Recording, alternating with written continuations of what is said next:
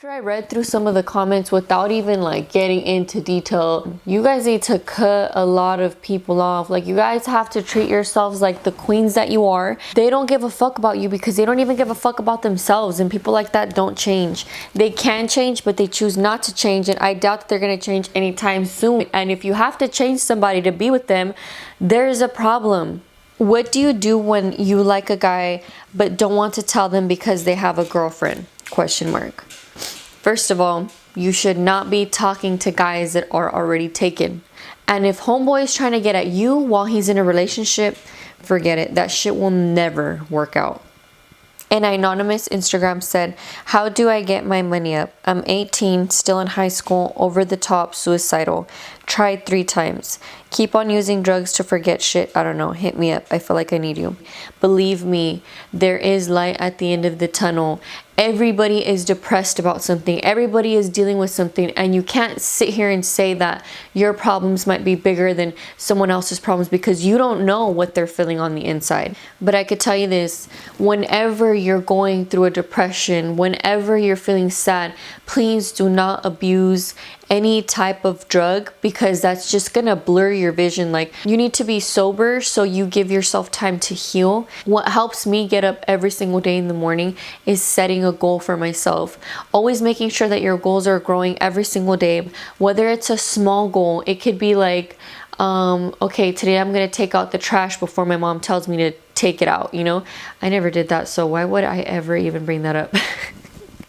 I would wait till my mom was yelling at me, or I wanted to go out to the club and my mom was like, "Tienes que lavar el baño." Always surround yourself with positive people if you're ever feeling suicidal. If you're ever feeling sad, just know that there is somebody else going through the same thing that you are. But always talking about what you feel, especially to people that actually care. If you feel like you don't have somebody positive in your household, talk to somebody outside. And since you're still in high school, there are teachers around who are willing to help students. Go to a counselor, tell them exactly what you're feeling. Maybe they've actually gone through something similar. You're only 18, you're almost there, finish high school, and trust me, tomorrow will get better. Just lay off of the drugs and set a goal for yourself and do whatever it is that you can to achieve it. Like I said, even if it's a small goal. Search depression videos on YouTube. Watch how other people overcame their depression, postpartum depression, and feeling stuck. I did deal with depression during my pregnancy and as well as after, but mainly during my pregnancy. But if you're ever feeling depressed, what helps me is playing with makeup. Go out to Target or go out to Walmart, even if you don't have a lot of makeup at home. Go and buy a makeup product and then come home, watch a YouTube video, and then do it on yourself, because you're able to pass time, and time usually always heals emotions. Like, sometimes when we're upset, we think about our emotions so much. We think about, like, I'm sad. But if you tell yourself I'm sad, you're gonna be sad because you're manifesting the fact that you're sad. Really sit back when you're feeling sad and look at the bigger picture. See how you can improve as a person. Like, you know what? Maybe I'm feeling depressed because I'm being a bitch to my mom, or I'm being a bitch to my sister. Let me take a step back and try to be a better person. When you take a step back to improve yourself as a human being, good things will happen and you'll attract better people. If you put out negative energy, you're gonna get negative energy. So always be positive and cut off the people who are adding negativity into your life. How do you and your husband deal with disagreements? Do you bump heads? And if so, how do you fix the situation? Well, we always have disagreements.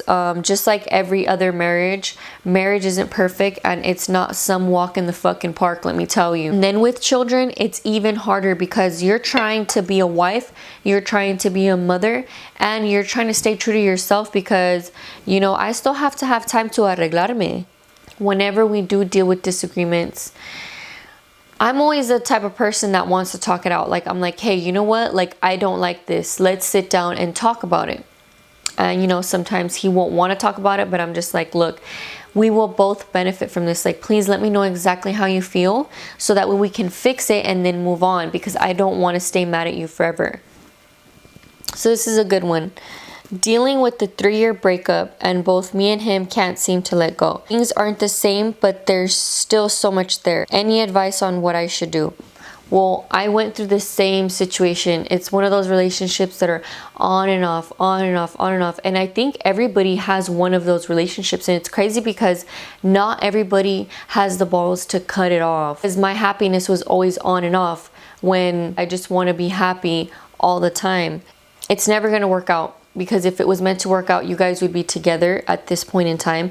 And you guys are just in the same book, but different page. And just because you're in the same book doesn't mean that you belong together. The reason why you feel like there's still so much there is because you grew up with that person. You gave that person 3 years of your life. But you could wake up tomorrow and be a different person than you were yesterday. That's how I wake up. You always need to be progressing. And I feel like you guys have outgrown each other, or maybe you guys just have differences and you guys aren't trying to live the same lifestyle. You cannot be with somebody and you cannot be in a successful relationship if you guys aren't striving to live the same lifestyle. It just all depends. Like, if you want to be with somebody who wants to work a normal 9-to-5 job and fucking go out to downtown Riverside on the weekend, deal with baby mama drama, like, that's not me. And I chose not to do that because that's not the lifestyle that I want. It's not going to change. Baby mama, baby daddy, they're not going to disappear. They're going to be there for the rest of your life. So if you don't have kids and you're dating a baby daddy or a baby mom, you need to think twice about it, because you're going to take on the responsibility of being a stepfather to the child of the person that you're currently dating. And if you are, there's nothing wrong with it. But sometimes people have crazy partners that don't leave the relationship alone. And that's when I would be like, you know what, dude? Like, I'm in a relationship with you, not in a relationship with you and your baby mom or baby dad or whatever. What would Jenny69 do if her suegra didn't like her? I've never had a suegra not like me. Like, all the guys that I've dated, the suegras always liked me. It was actually one time I dated somebody and their sister didn't like me. But that shit didn't last too long, because when you marry somebody or you date somebody, you're pretty much dating the family. And you want to make sure that you're dating somebody who actually has morals, so you don't have to be dealing with people who don't like each other. I don't surround myself with people that don't like me. If I know that they don't like me, they will never get near me. So my circle is very small. Jenny, what should I do if I find out my boyfriend is asking for girls' numbers, pero no lo pelan? Should I be mad or should I just laugh? If I found out that my dude was asking other girls for their numbers, I wouldn't think about it twice. I would leave his ass. I don't have time to be dealing with the guy who's fucking around with other girls. Like, plain and simple. Oh wow, this comment is so true. Man, reading these comments makes me so sad. We as women are so freaking important in this world. Men just don't understand. Shout out to those who give their men chances, but also to those who move the fuck on to find what they deserve. I totally agree with that. And it surprises me every single day when I see women dealing with some fuck boys, and they don't realize that they have value themselves. So they kind of lower their standards to accommodate somebody else's happiness. That's just, I don't understand, but this is one of the reasons why I'm doing this video, because a lot of girls need direction and they don't know who to ask. And then they have some lame ass friends who have hater mentalities and they just give you some bullshit advice. Like, you need to cut off all those people too. I'm currently in a relationship with a guy who has cheated on me in the past. He suddenly had trust issues with me. What should I do?